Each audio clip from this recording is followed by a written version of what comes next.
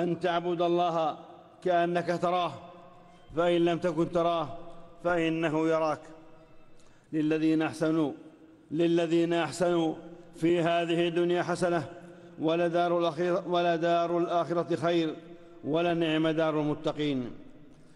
وثاني مراتب هذا الدين رتبة الإيمان، والإيمان قول باللسان واعتقاد بالجنان। সমস্ত প্রশংসা পরাক্রমশালী ও সর্বজ্ঞ আল্লাহ তাআলার জন্য, যিনি রাজাদিরাজ, অত্যন্ত পবিত্র ও শান্তিদাতা। দিন ইসলামের প্রতি আমাদেরকে হেদায়েত দানের জন্য আমরা তার প্রশংসা করি। রাজাদিরাজ, অত্যন্ত পবিত্র ও শান্তিদাতা। দিন ইসলামের প্রতি আমাদেরকে হেদায়েত দানের জন্য আমরা তার প্রশংসা করি। রাজাদিরাজ, অত্যন্ত পবিত্র ও শান্তিদাতা। দিন ইসলামের প্রতি আমাদেরকে হেদায়েত দানের জন্য আমরা তার প্রশংসা করি। রাজাদিরাজ, অত্যন্ত পবিত্র সাহাবায়ে কেরাম এবং তার শত খ্যাতিমান অনুসারীদের উপর সর্বোত্তম সালাত ও সালাম বর্ষিত হোক। আম্মা বাদ, হে মুমিনগণ, আল্লাহ রাব্বুল আলামিনকে ভয় করুন, তার আদেশ পালন ও নিষিদ্ধ কাজ বর্জনের মাধ্যমে। নিশ্চয় আল্লাহ মুত্তাকিদের ভালোবাসেন এবং তাকওয়াকে সর্বোত্তম পরিণতির পথ বানিয়েছেন, কেননা তাকওয়াই দুনিয়া ও আখিরাতের কল্যাণ লাভের মূল কারণ। আল্লাহু জাল্লা ফি উলাহ, যারা তাকওয়া অবলম্বন করে তাদের জন্য তাদের রবের নিকট এমন সব জান্নাত রয়েছে যার তলদেশ দিয়ে নহর সমূহ প্রবাহিত, তারা সেখানে অনন্তকাল থাকবে। আরো রয়েছে পবিত্রা স্ত্রীগণ ও আল্লাহর সন্তুষ্টি, আর আল্লাহ বান্দাদের সবকিছু দেখেন। আল্লাহু তাআলা, আর যদি সেসব জনপদের অধিবাসীরা ঈমান আনত এবং তাকওয়া অবলম্বন করত, তবে অবশ্যই আমি তাদের জন্য আসমান ও জমিনের বরকত সমূহ উন্মুক্ত করে দিতাম।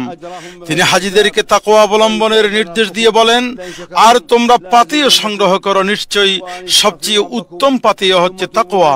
হে বুদ্ধিমানগণ, তোমরা আমারই তাকওয়া অবলম্বন করো। তিনি সকল সৃষ্টিকে তাকওয়ার ভিত্তিতে পারস্পরিক সহযোগিতার নির্দেশ দিয়ে বলেন, সৎ কাজ ও তাকওয়ার ব্যাপারে তোমরা পরস্পরকে সহযোগিতা করো, পাপ ও সীমালঙ্ঘনের কাজে পরস্পরকে সহযোগিতা করো না, আর আল্লাহ তাকওয়ার অবলম্বন করো। নিশ্চয় আল্লাহ শাস্তি দানে অত্যন্ত কঠোর।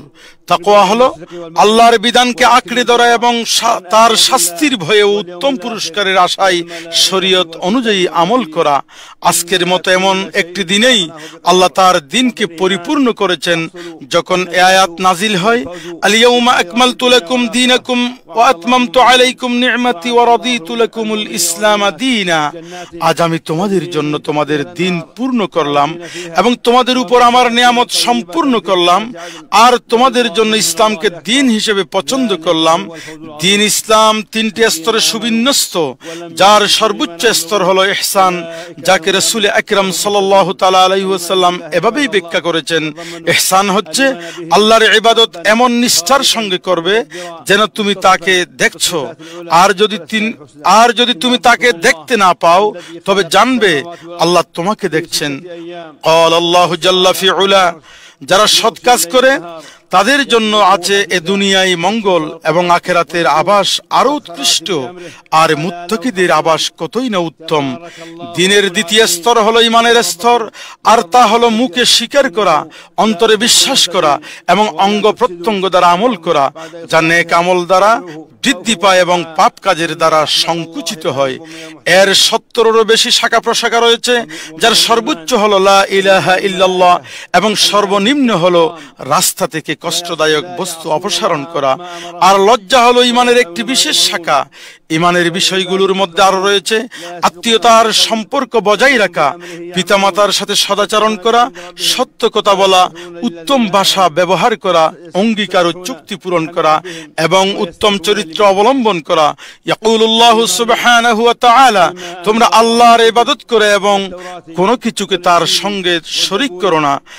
আর পিতামাতা, আত্মীয় স্বজন, ইয়াতিম, অভাবগ্রস্ত, নিকট প্রতিবেশী, দূর প্রতিবেশী, সঙ্গী সাথী, মুসাফির ও তোমাদের অধিকারভুক্ত দাস দাসীর প্রতি সদ্ব্যবহার করো। নিশ্চয়ই দাম্ভিক ও অহংকারীকে আল্লাহ রাব্বুল আলামিন পছন্দ করেন না। ওয়াকাল আল্লাহু তাআলা, হে মুমিনগণ, তোমরা অঙ্গীকার সমূহ পূর্ণ করো। ওয়াকাল আল্লাহু তাআলা, আর আমার বান্দাদেরকে বলুন তারা যেন এমন কথা বলে যা উত্তম। নিশ্চয়ই শয়তান তাদের মধ্যে বিভেদ সৃষ্টির উস্কানি দে। শয়তান তো মানুষের প্রকাশ্য শত্রু। ওয়াকাল আল্লাহু সুবহানাহু ওয়া তাআলা, ভালো ও মন্দ সমান হতে পারে না, মন্দ প্রতিহত করো উৎকৃষ্ট দ্বারা, ফলে তোমার সাথে যার শত্রুতা রয়েছে সে হয়ে যাবে অন্তরঙ্গ বন্ধুর মতো। আর এটি শুধু তারাই প্রাপ্ত হবে যারা ধৈর্যশীল, এবং এর অধিকারী কেবল তারাই হবে যারা পরম সৌভাগ্যের অধিকারী। এছাড়া ঈমানের অন্তর্গত বিষয়গুলোর মধ্যে রয়েছে বিপদ আপদে ধৈর্য ধারণ, নিয়ামত লাভের সময় শুকরিয়া আদায় এবং গুনাহ ও অবাধ্যতার পর তওবা ও অনুশোচনা করা। ক্বাল আল্লাহু জাল্লা ফি উলা, ধৈর্যশীলদেরকে কোনো হিসাব ছাড়াই তাদের প্রতিদান পূর্ণরূপে দেয়া হবে। ওয়া ক্বাল আল্লাহু সুবহানাহু ওয়া তাআলা, আর স্মরণ করো যখন তোমাদের রব ঘোষণা দিলেন, যদি তোমরা শুকরিয়া আদায় করো তবে আমি অবশ্যই তোমাদের প্রতিদান বাড়িয়ে দেব। ওয়া ক্বাল তাআলা, তোমরা তোমাদের প্রতিপালকের নিকট ক্ষমা চাও এবং অনুশোচনা ভরে তার দিকেই ফিরে আসো, তাহলে তিনি একটা নির্দিষ্ট সময় পর্যন্ত তোমাদেরকে উত্তম জীবন সামগ্রী ভোগ করতে দেবেন। আর অনুগ্রহ লাভের যোগ্য প্রত্যেক ব্যক্তিকে তিনি তার অনুগ্রহ দিয়ে ধন্য করবেন। ঈমানের স্তর 6টি, আর সেগুলো হলো আল্লাহর উপর, তার ফেরেশতাদের উপর, তার কিতাবের উপর, তার রাসূলদের উপর, আখিরাত দিবসের উপর এবং তাকদীরের ভালো মন্দের উপর ঈমান আনা। ক্বাল আল্লাহু সুবহানাহু ওয়া তাআলা, বরং সৎকর্ম হলো ওই ব্যক্তির আমল যে আল্লাহ, শেষ দিবস, ফেরেশতাগণ, কিতাব ও নবীগণের প্রতি ঈমান আনে। ওয়াকাল তাআলা, নিশ্চয় আমি সবকিছুর সৃষ্টি করেছি নির্ধারিত পরিমাপে। আর ঈমানের মাধ্যমে দুনিয়া ও আখিরাতের কল্যাণ লাভ করে মুক্তি ও সাফল্য অর্জিত হয়। ক্বাল আল্লাহু জাল্লা ফি উলা, আল্লাহ মুমিন পুরুষ ও মুমিন নারীকে প্রতিশ্রুতি দিয়েছেন জান্নাতের, যার তলদেশ দিয়ে প্রবাহিত হবে নহর সমূহ, যেখানে তারা চিরস্থায়ী হবে। আরো ওয়াদা দিয়েছেন স্থায়ী জান্নাত সমূহে উত্তম বাসস্থানের। আর আল্লাহর সন্তুষ্টি সর্বশ্রেষ্ঠ এবং এটাই মহা সাফল্য। ক্বাল আল্লাহু জাল্লা ফি উলা, যারা ঈমান এনেছে এবং তাদেরকে ঈমান জুলম শিরক দ্বারা কলুষিত করেনি, নিরাপত্তা তাদের জন্য এবং তারাই হেদায়েত প্রাপ্ত। ক্বাল আল্লাহু জাল্লা ফি উলা, নিশ্চয় আমি আমার রাসূলদেরকে এবং যারা ঈমান এনেছে তাদেরকে সাহায্য করব দুনিয়ার জীবনে এবং সেদিন যেদিন সাক্ষীগণ দাঁড়াবে। কাজেই আল্লাহর প্রতি ঈমান আনয়ন করার মধ্যে অন্তর্ভুক্ত হয় প্রতিপালক হিসেবে, সৃষ্টিকর্তা হিসেবে, জগতের পরিকল্পনাকারী হিসেবে এবং উত্তম গুণাবলী ও সুন্দর সুন্দর নামের অধিকারী হিসেবে তার প্রতি ঈমান আনা। ক্বাল আল্লাহু জাল্লা ফি উলা, তোমাদের রব সে আল্লাহ যিনি আসমান ও জমিন 6 দিনে সৃষ্টি করেছেন, অতঃপর আরশে উঠেছেন। তিনি দিবসকে রাত্রি দিয়ে ঢেকে দেন এবং সেটি দ্রুত বেগে রাতকে অনুসরণ করে। আর তিনি সূর্য, চন্দ্র, তারকারাজিকে তার আদেশের অনুগামী হিসেবে সৃষ্টি করেছেন। জেনে রাখো, সৃষ্টি ও কর্তৃত্ব শুধু তারই।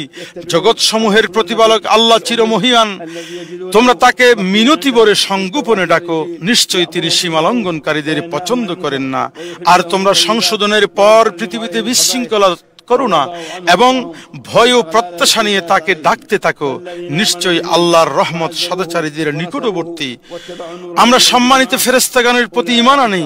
ক্বাল আল্লাহু তাআলা, আর ফেরেশতাগণ তাদের রবের প্রশংসা সহ তাসবিহ পাঠ করে এবং পৃথিবীবাসীর জন্য ইস্তিগফার তথা দোয়া কামনা করে ক্ষমা প্রার্থনা করে। আমরা ঈমান আনি আল্লাহর কিতাবের উপর, যার মাঝে রয়েছে তাওরাত ও ইনজিল। আর আল্লাহ কোরআন করিমকে পূর্ববর্তী সকল কিতাবের উপর কর্তৃত্বকারী বানিয়েছেন। ক্বাল আল্লাহু তাআলা, আল্লাহ ছাড়া কোনো সত্য ইলাহ নেই, তিনি চিরঞ্জীব, সদা বিরাজমান। তিনি আপনার প্রতি সত্য সম্বলিত কিতাব নাজিল করেছেন, যা পূর্ববর্তী কিতাব সমূহকে সত্যায়নকারী। আর তিনি ইতিপূর্বে মানুষের হেদায়েতের জন্য তাওরাত ও ইনজিল নাজিল করেছেন, এবং তিনি ফুরকান তথা সত্য মিথ্যার মাঝে পার্থক্যকারী গ্রন্থ নাজিল করেছেন। ক্বাল আল্লাহু জাল্লা ফি উলা, আর আমি আপনার নিকট সত্য সম্বলিত কিতাব নাজিল করেছি, যা পূর্ববর্তী কিতাবের সত্যায়নকারী ও তার রক্ষক। আল্লাহর প্রেরিত সকল রাসূলের উপর ঈমান আনয়ন করি।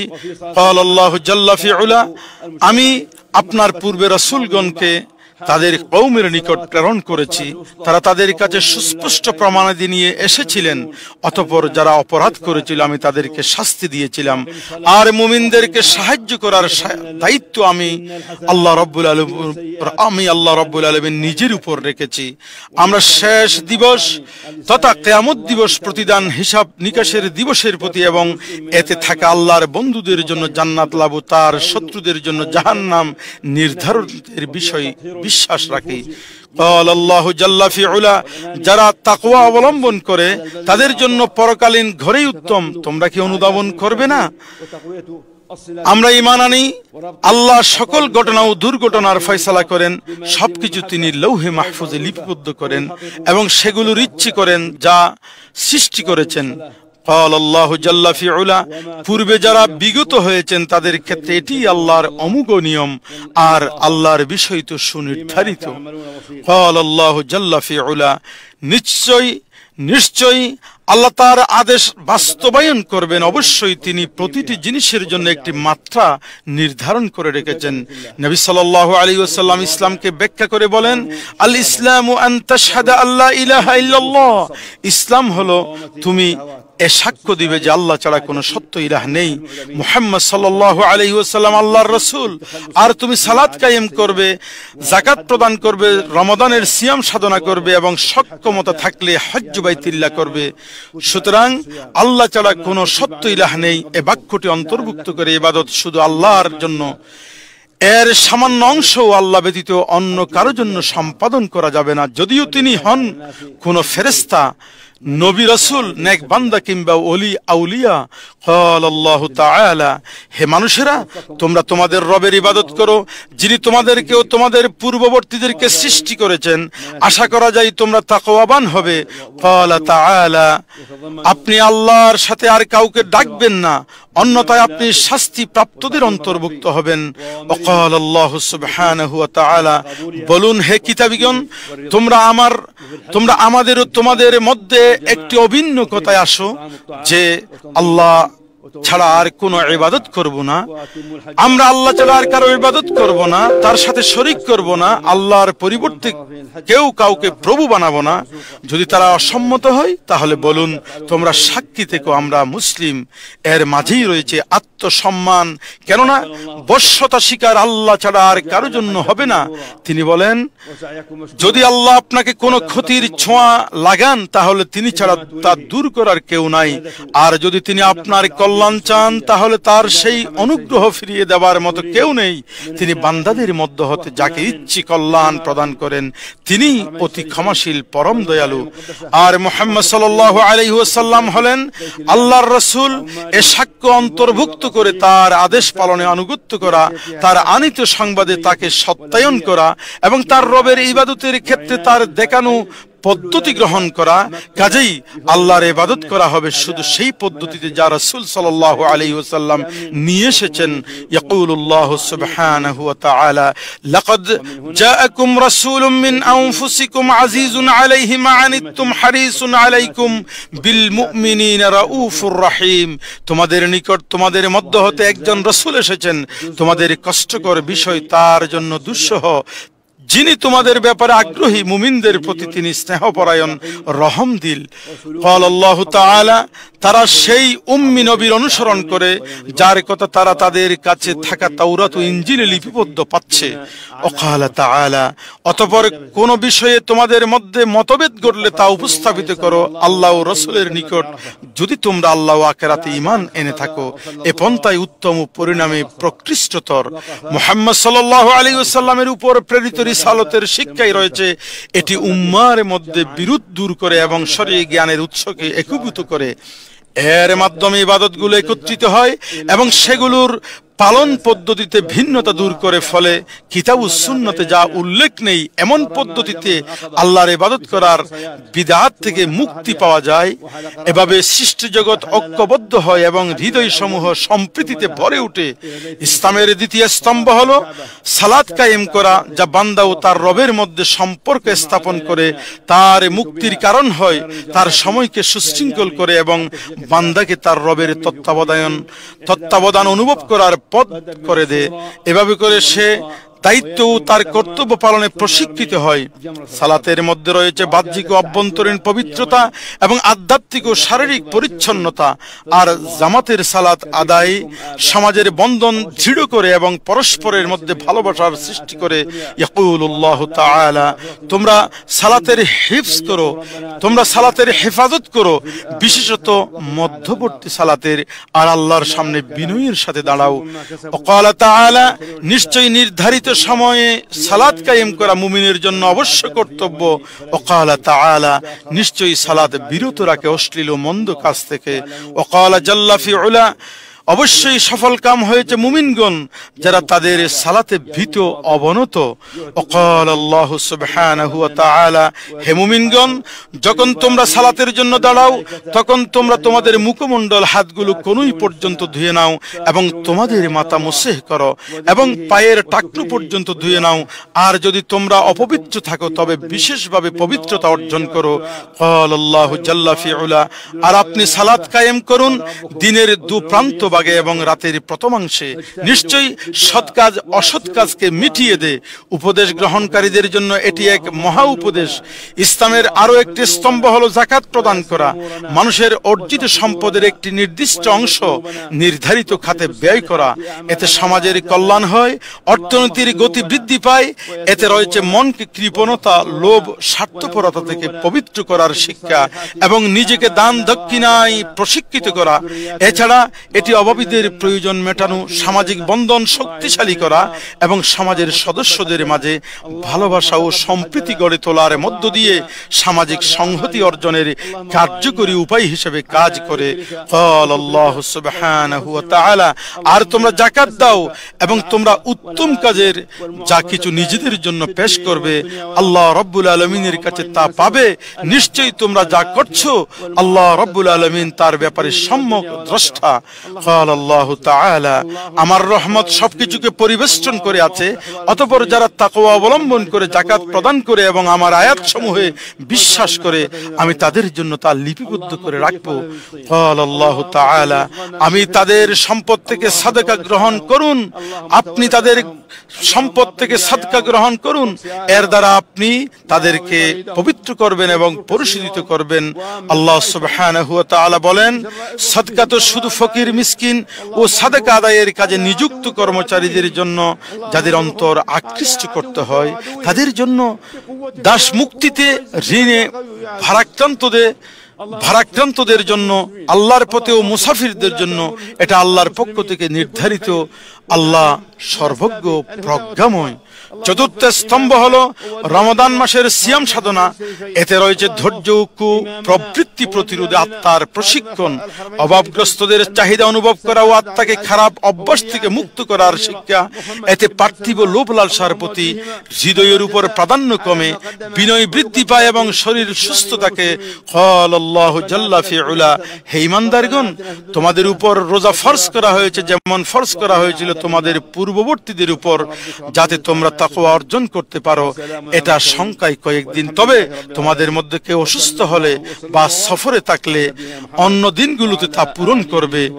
ক্বাল আল্লাহু জাল্লা ফি উলা, রমাদান মাস, এতে কোরআন নাজিলের করা হয়েছে মানুষের হেদায়েতের জন্য এবং হেদায়েতের স্পষ্ট নিদর্শন ও সত্যের পার্থক্যকারী রূপে।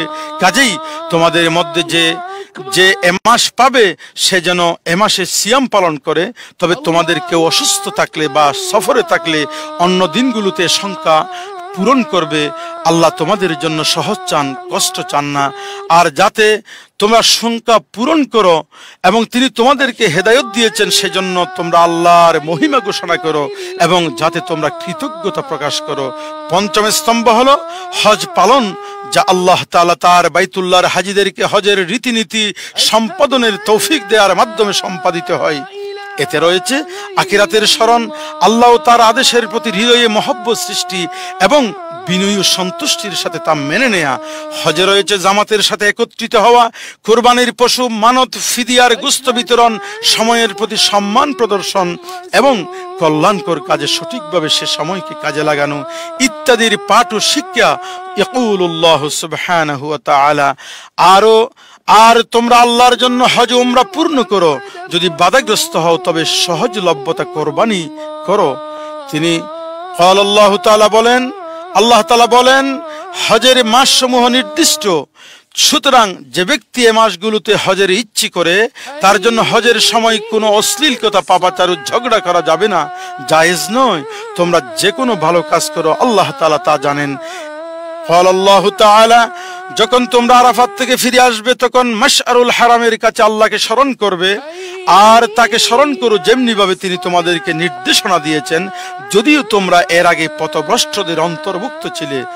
হুজ্জাজ বাইতুল্লাহিল হারাম, হারামাইন শরীফাইন, মসজিদে হারাম ও মসজিদে নববী এবং পবিত্র স্থানসমূহের সার্বিক উন্নয়ন ও রক্ষণাবেক্ষণে সৌদি সরকারের, সৌদি আরবের নেতৃত্ব চূড়ান্ত গুরুত্ব ও সর্বাত্মক প্রচেষ্টা চালিয়ে যাচ্ছে এবং নিরাপত্তা সংস্থা ও সেবা প্রদানকারী বিভিন্ন কর্তৃপক্ষের মাধ্যমে হজযাত্রীদের জন্য অত্যন্ত মনোযোগ ও যত্নের সাথে সেবা করছে বলেই হাজিগণ শান্তি, নিরাপত্তা, স্বস্তির সঙ্গে তাদের দিনী আচরণ অনুষ্ঠান পালন করতে সক্ষম হচ্ছেন।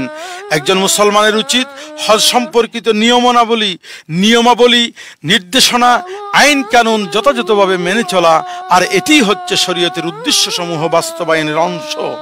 ধর্মীয় ও নৈতিক দায়িত্ব এবং সভ্য আচরণ ও বটে, যা সহযোগিতা, শৃঙ্খলার চেতনাকে প্রতিফলিত করে। হজযাত্রীদের চলাচল ও স্থানান্তরে স্বাভাবিকতা আনে এবং কষ্ট ও দুর্ভোগ ছাড়াই যাতে তারা হজের যাবতীয় আনুষ্ঠানিকতা সম্পন্ন করতে পারে সে নিশ্চয়তা প্রদান করে। আল্লাহর পবিত্র ঘরের হাজিগণ রাসূল সাল্লাল্লাহু আলাইহি ওয়াসাল্লাম খুতবা দেওয়ার পরে আরাফাতের ময়দানে অবস্থান করেন, তারপর জোহর ও আসর একসাথে আদায় করেন।